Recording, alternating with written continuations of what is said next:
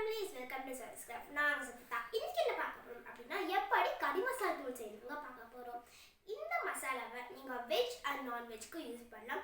வெஜ்ல பாத்தீங்க அப்படின்னா மிளகாட்டி குழம்பு வைக்கிற எல்லா குழம்புக்குமே இந்த பொடி யூஸ் பண்ணலாம். நான் வெஜ்க்கு சிக்கன், மட்டன், ஃபிஷ் இந்த மூணுக்குமே நீங்க யூஸ் பண்ணலாம். நீங்க மட்டனும் சிக்கனும் செய்யும் போது எல்லாருமே மல்லி, மிளகாய் எல்லாத்தையுமே வறுத்து பொடி பண்ணி யூஸ் பண்ணுவீங்க. ஒரு காட்டி டேஸ்ட் நல்லா வரும், இன்னொரு காட்டி கண்டிப்பாக எல்லாருமே சதப்புவீங்க.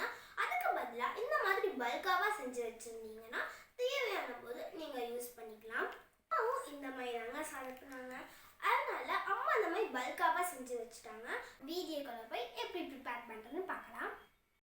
1 கிலோ நல்லா க்ளீன் பண்ணி வெயிலில் காய வச்சு எடுத்துக்கோங்க. மிளகு ஒரு 50 கிராம், வரமிளகாய் ஒரு 200 கிராம் எடுத்துக்கோங்க. கடலைப்பருப்பு 100 கிராம், வெள்ளை உளுத்தப்பருப்பு 100 கிராம், சோம்பு 50 கிராம், சீரகம் 50 கிராம், அரிசி ஒரு 5 ஸ்பூன் எடுத்துக்கோங்க. 10 ஏலக்காய், பட்டை 25 கிராம். ஒரு கடாய் வச்சுட்டு எண்ணெயை சேர்த்திட்டு மிளகை உள்ள சேர்த்திக்கோங்க. இதை நல்லா பொரிய வச்சு எடுத்துக்கலாம். மிச்சம் இருக்கிற எண்ணெயிலேயே சீரகத்தையும் போட்டு நல்லா பொரிய வச்சு எடுத்துக்கோங்க. இப்போ நம்ம கடலைப்பருப்பு நல்லா செவக்கிற வரைக்கும் வறுத்து எடுத்துக்கலாங்க.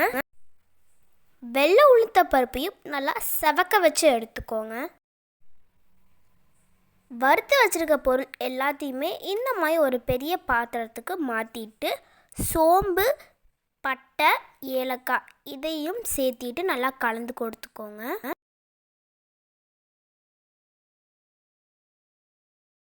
அடுத்ததாக அரிசியை வறுத்தெடுத்துக்கலாங்க. நம்ம எதுக்கு அரிசியை சேர்த்துறோம் அப்படின்னா குழம்பு நல்லா திக்காக வர்றதுக்காகத்தாங்க நம்ம அரிசியை சேர்த்துறோம். இப்போ நம்ம மிளகாயை வறுத்தெடுத்துக்கலாங்க. இது கூடவே சின்ன குழிக்கரண்டியில் எண்ணெயை சேர்த்திட்டு மிளகாய் நல்லா சூடேற வரைக்கும் வதக்கி கொடுத்துக்கோங்க.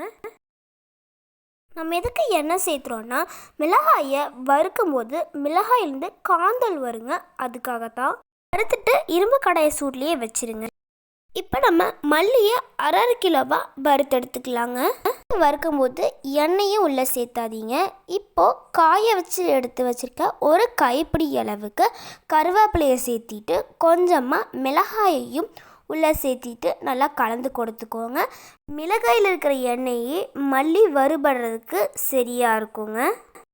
அடுத்ததாக 1/2 கிலோ மல்லியை வறுத்து எடுத்துக்கலாங்க. இது கூடவே மிச்சம் இருக்கிற வரமிளகாயையும் உள்ளே சேர்த்தி வறுத்துக்கோங்க. இப்போ நம்ம வறுத்து எடுத்து வச்சுருக்க எல்லா பொருளையுமே ஒரு பெரிய பாத்திரத்துக்கு மாற்றிக்கலாங்க. இது கூடவே கொஞ்சமாக கல்லுப்பையும் சேர்த்திக்கோங்க.